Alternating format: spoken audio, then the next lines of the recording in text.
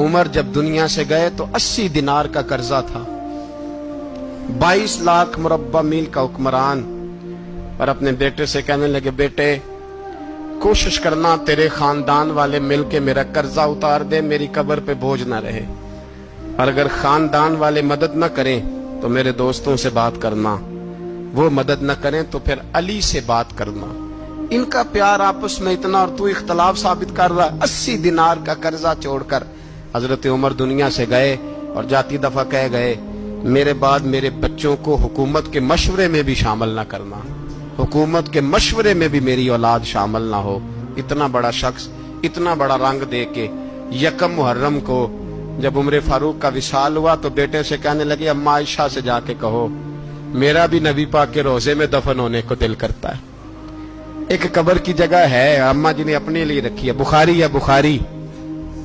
حضرت عائشہ کے پاس صاحبزادے گئے، کہنے لگے اماں جی عمر کو زخم لگ گیا ہے، حالت بڑی پریشانی والی ہے۔